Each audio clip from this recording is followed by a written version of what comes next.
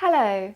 Today I'm going to talk you through an exercise called the dart, which is a fairly straightforward exercise lying on your front, so really useful for working your back muscles essentially, and that's going to be very helpful for anyone who's sat at a desk all day or does lots of driving, and generally most of us as humans we don't do enough back bending and strengthening the back muscles, so this is a nice straightforward start to a little bit of extension of the spine. So if you lie yourself down onto your front, and you're very welcome to try cushioning underneath your belly or underneath your hips if you're not entirely comfortable on your front. Get yourself into a comfortable position and then just allow the head to rest onto the hands to start with, so your head is rested, and take a few breaths in that position to relax everything. So allowing your leg muscles and buttocks to relax, allowing your arms and shoulders to relax, and allowing your head, your neck and your spine to relax. And as you breathe in, feel that your belly can gently inflate. And as you breathe out, start to feel a little bit of lift up through the pelvic floor muscles, those internal muscles that line the pelvis, and up through the deep abdominal muscles. So you're letting go as you breathe in, expanding the belly. And as you breathe out, gently drawing up through your centre. Pelvic floor draws up into the body in the direction of the crown of the head.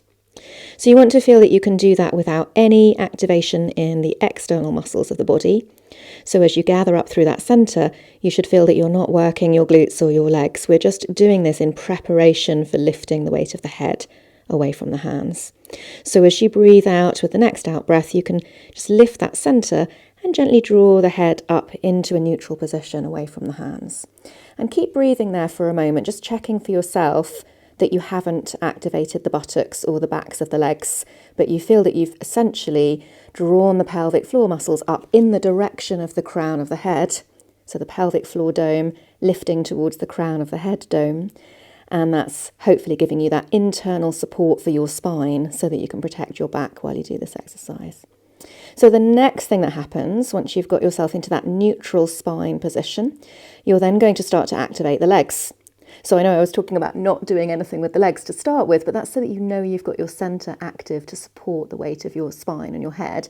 So once you've got yourself up into neutral, you can start to narrow your sitting bones, so you feel your buttock muscles drawing towards each other, and you can start to straighten your knees so that you feel your kneecaps lifting away from the floor. So there's a nice sense of stretch and elongation through the legs, and you feel that you're activating the backs of the legs and the buttocks. Once you've got those legs activated, you can just check in again on your centre, using an out breath to draw up through the deep abdominals, and as you do that, sending your arms backwards towards the feet. And there you have it, you're into your dart. So we're going to keep breathing in this position, but we don't want to let go of the belly. This time we're going to direct the inhalations towards the sides of the body, into the side ribs, so that we can keep that lift of the deep abdominals gently drawing inwards away from the floor. So with each out breath, reiterate that lift, drawing upwards through the pelvic floor and upwards through the deep abdominals. And with each in breath, direct the breath into the side ribs. So you want to just make sure here that you're not shortening the back of the neck. So you're not looking forwards, you're looking straight down towards the floor. And you want to make sure that you're not lifting the ribs too high. I mean, that is an option, but for the moment we're going to stick with a neutral position in the dart. So feel that the front ribs are connecting down towards the front of the hips. So you've got that nice abdominal connection that holds your ribs down towards the floor. Meanwhile, keep breathing. Feel that your shoulders are rotating outwards, your arms are spiralling outwards in the shoulder sockets so that the palms face the body. And you want to feel your collarbones opening and widening. And you want to feel that your arms are reaching towards the feet to keep the shoulders drawing down away from the ears. Just take one more breath in this position.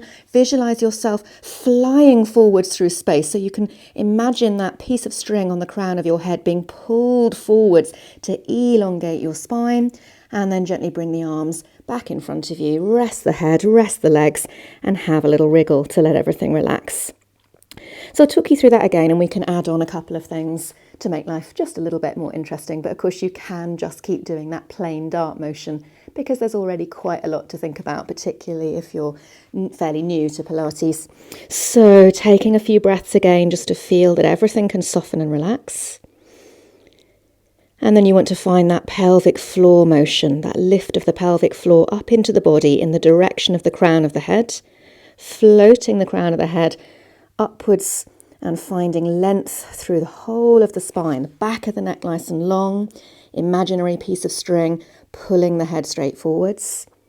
Of course, at that point your buttocks are relaxed, but we're now going to start to narrow the sitting bones, activating those glutes, straightening the knees to activate the backs of the legs, reaching away through the feet. I should just mention, if you get cramp in your feet, try a folded up towel or a cushion underneath the ankles. That will significantly help if you just prop your ankles away from the floor. And then once you've found that elongated position, check your collarbones are wide, so your shoulders are nice and open. And with a nice big out breath, draw in through the abdominals, reach the arms back behind you into your dart position, palms facing the body. And then keep the breath going, feeling that you're not letting go through the belly anymore, but you're breathing into the sides of the ribs, and with each out breath, reiterating that connection of your centre, pelvic floor lifting, deep abdominals wrapping three-dimensionally around the spine, drawing them inwards each time you exhale. And then again, imagine yourself as a dart or a javelin being thrown forwards, so the crown of the head keeps reaching away and the feet and the hands stretching back behind you in opposition. So you want to create as much length as you possibly can through the body. And then as an add-on, you could take some little leg lifts here. So it may be that you can very slowly lift one leg, and as it lowers, very slowly lift the other leg. It's important to keep the pelvis completely still as you do that. So if you feel your pelvis wiggling about, you may want to keep the toes down and avoid leg lifts for the moment. Another thing we could do is arm lifts. So as you exhale, imagine that you're slicing through the air behind you with the little finger side of the hand, and feeling that nice straight chopping action of the arms towards the ceiling, inhaling to lower the thumbs to the floor. And as you exhale and lift the arms, you really want to work the backs of the shoulders, but you don't want to open up the ribs. So feel that you're opening the collarbones, opening the chest, but not opening the front of the rib cage. Keep that rib cage knitted together and drawing down towards the front of the hips. So just taking a few more arm lifts. Exhaling to lift them, inhaling to lower them. Should give you a nice bit of work into the backs of the arms. And then pausing with the arms raised, seeing if you can find an extra little bit of length all the way through the body, shoulders and ears away from each other.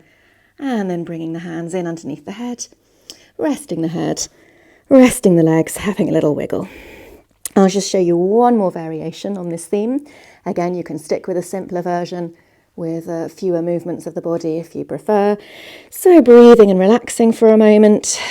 When you're ready, using your out breath to find that pelvic floor to crown of head connection, floating the head away from the hands, finding a neutral spine, and then activating through the legs and the buttocks, really energizing those legs, reaching them away from you.